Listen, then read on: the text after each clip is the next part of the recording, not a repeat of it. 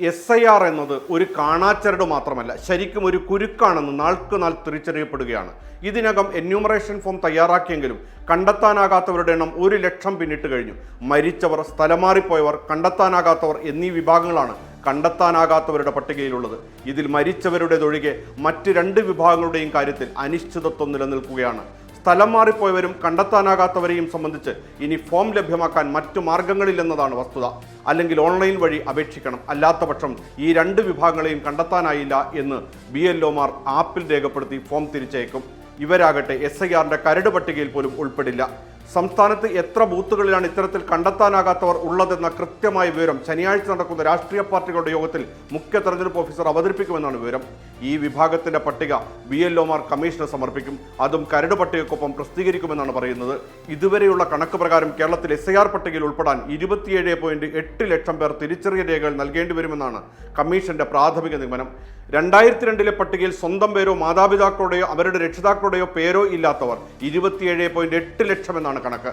ആകെ enumeration form വിതരണം ചെയ്ത 2.78 കോടി പേരിൽ 1.89 കോടി പേർ 2002ലെയും 2025ലെയും പട്ടികയിലുള്ളവരാണ്. ഇവർ രേഖകൾ സമർപ്പിക്കേണ്ട, ഫോം പൂരിപ്പിച്ച് നൽകിയാൽ മതി. 2002 18 വയസ്സ് തികയാത്തവർ 61.16 ലക്ഷം പേരുണ്ട്. പക്ഷേ രക്ഷിതാക്കൾ പട്ടികയിൽ ഉള്ളതിനാൽ ഇവർക്കും രേഖകൾ നൽകേണ്ടതില്ല. 2.78 കോടിയിൽ ശേഷിക്കുന്ന 27.8 ലക്ഷം വോട്ടർമാർ SIRന്റെ കരട് പട്ടികയിൽ പേരുണ്ടാകുമെങ്കിലും അന്തിമ പട്ടികയിൽ പേര് വരാൻ കമ്മീഷൻ നിഷ്കർഷിച്ച 12 രേഖകളിൽ ഒന്ന് നൽകണം. കരട് പ്രസിദ്ധീകരിക്കുന്ന ഡിസംബർ 9 ശേഷം ഇലക്ടറൽ രജിസ്ട്രേഷൻ ഓഫീസർ നോട്ടീസ് നൽകിയാണ് രേഖകൾ സമർപ്പിക്കാൻ ആവശ്യപ്പെടുക. ഇവരിൽ ഭൂരിഭാഗവും ചുരുങ്ങിയത് 5 തെരഞ്ഞെടുപ്പുകളിലെങ്കിലും വോട്ട് ചെയ്തവരാണ്. ഇത്രയേറെ പേർ ഒരുമിച്ച് രേഖകൾ സമർപ്പിക്കേണ്ടി വരുന്നതും അതുമായി ബന്ധപ്പെട്ടുള്ള സങ്കീർണതകളുമാണ് പ്രധാന വെല്ലുവിളി.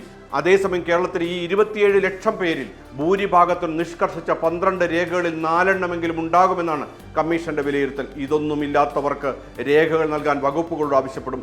കേന്ദ്ര കമ്മീഷൻ നിഷ്കർഷിച്ച 12 രേഖകളിൽ റേഷൻ കാർഡ് ഉൾപ്പെടുത്തണമെന്ന ആവശ്യം പരിഗണിച്ചിട്ടില്ല. സംസ്ഥാനത്തെ എല്ലാ കുടുംബങ്ങൾക്കുമുള്ള പൊതു തിരിച്ചറിയൽ രേഖ എന്ന നിലക്കാണ് റേഷൻ കാർഡ് പരിഗണിക്കണമെന്ന നിർദ്ദേശം രാഷ്ട്രീയ പാർട്ടികൾ മുന്നോട്ട് വെച്ചത്. ഇതിനിടെ പഞ്ചായത്ത് തെരഞ്ഞെടുപ്പ് കഴിയുന്നതുവരെ SIR മാറ്റിവെക്കണമെന്നാവശ്യപ്പെട്ടുകൊണ്ടുള്ള ഹർജി സുപ്രീം കോടതി ഈ മാസം 26-ന് പരിഗണിക്കും.